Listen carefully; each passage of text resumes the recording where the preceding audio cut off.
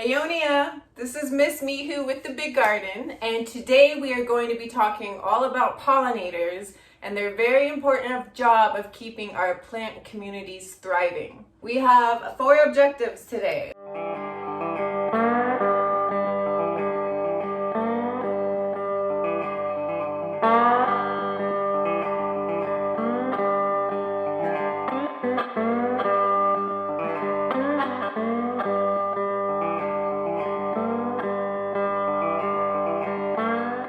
And the first one we're going to talk about is one that's not usually considered to be a pollinator and often kind of given a scary connotation, meaning that people try to create fear around this critter, but actually it's quite cute.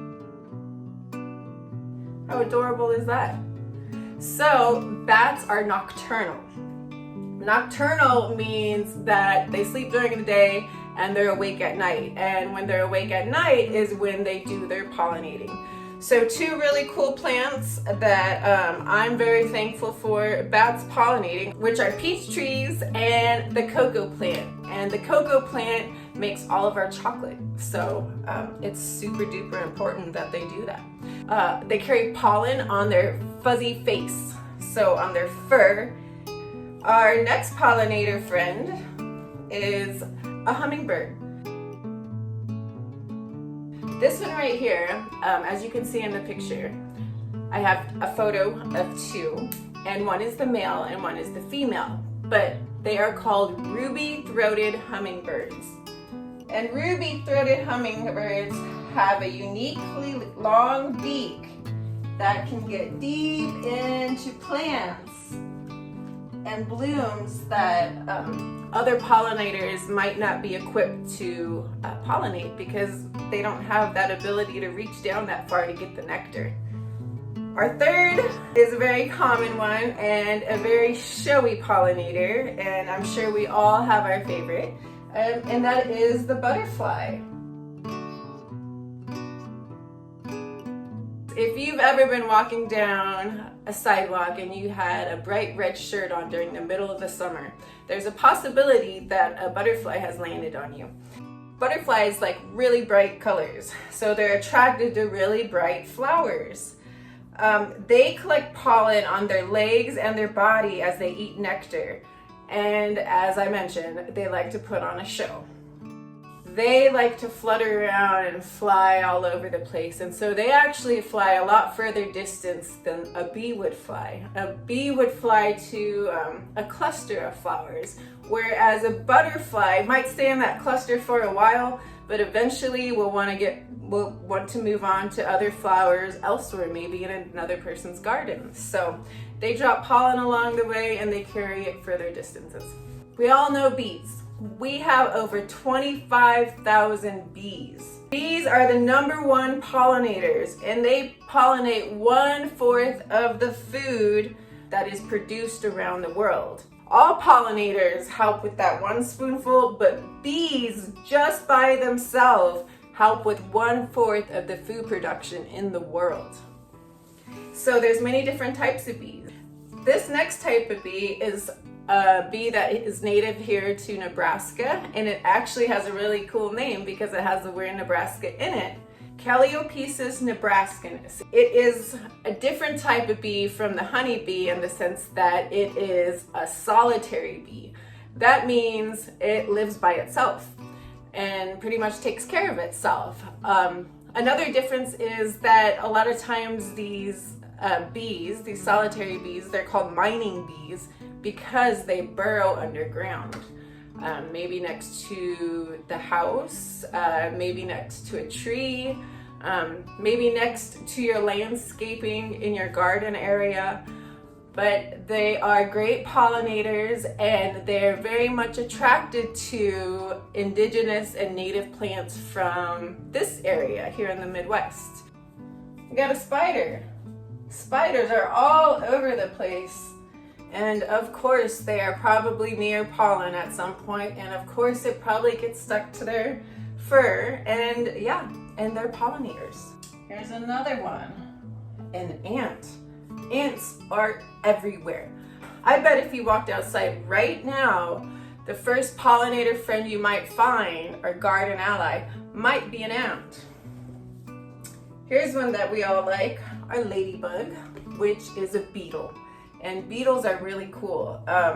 There's soldier beetles, there's ladybugs, and beetles are garden allies. They might be accidental pollinators, but what they do is they eat a lot of larvae and slugs and things like that that could damage our plants. Here's another one, a dragonfly. And dragonflies can be super tiny to super huge. They're beautiful all over the place, and they too eat unwanted pests and are accidental pollinators. What is pollination? These are pollinators, but what do they do exactly? Pollination is when pollen is moved from within one flower to another flower, or sometimes within the same flower. This can happen by insects, which are a lot of what we just talked about. It can happen by the wind, picking up pollen and carrying it further down the line to another plant. It can happen through water, and it can happen through other possible ways. Can you think of any ways that pollen might get from one flower to another that's not through insects, wind, or water? Let's think about it. Right here is a picture of micropollen. It's a very, very close-up shot of what some flowers' pollen might look like. But I thought it was super cool, like the different shapes and sizes and forms that pollen at its micro level will look like.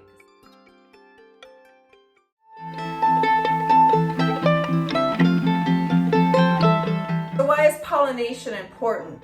Well, plants need to produce seeds that grow into seedlings that will then bloom and get pollinated and make more seeds, which will in turn make more plants. Plants need to replace themselves, so our pollinators' job is to help them do that so we can grow food, we can have medicines, and we can have beautiful things to look at and clean air to breathe, and endless reasons why their job is important.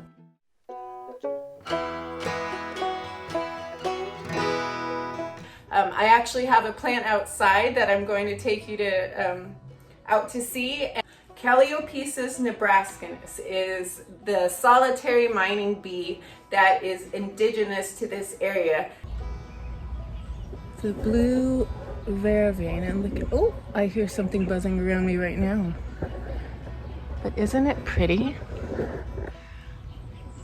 And this is our Calliopesis nebrascanus, solitary mining bee's favorite flower to pollinate.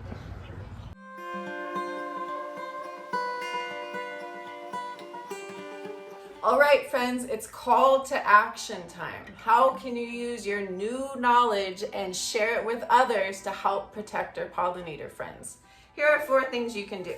The first, I want you to go outside and make an observation with somebody. I want you to go look for pollinators, and as you're looking and as you find them, teach whoever's with you about pollinators and what you learned today. Why are they important? What do they do? What is pollination? What is pollen? Remember all those things, transferring pollen to the other flower, and then they reproduce and they make seeds, which makes more plants. You can tell them that. Number 2, look for pollinators that we didn't discuss today. We slightly mentioned spiders and ants and things like that. I think I might have mentioned a moth, but see what else you can find out there. There's a whole bunch of beetles out there that we didn't discuss, and butterflies. When you're looking for our pollinator friends and you're out there giving whomever you care about a lesson about pollinators, make sure to only use your eyes and your hearing and maybe your nose if you want to sniff. But do not use your hands, do not touch things, do not touch the pollinators. Allow the pollinators their space to do their job and be respectful of their space. Number 4, this is on a very serious note. Never spray pesticides. Pesticides are poison, and poison, just like it would hurt us, will hurt our plants and therefore hurt the food that we eat. So the only thing that should ever be sprayed on plants is water. If you see someone whom you care about spraying something besides water on plants, you can share your knowledge with them and talk to them about how poison isn't good for us to ingest. And if you spray it on the plants, then it's going to grow in the food that's produced, and then that will get inside us. And it will get inside our soil, and just all kinds of other places in our environment, and it's unnecessary. So, serious note. Okay, if you have any questions, or if you would like to send me photos of your garden or pollinator friends that you found, please do. This is my email address. And I would love to hear from you and answer any questions and see what you've been up to. So, go and share, my friends. I will see you next week.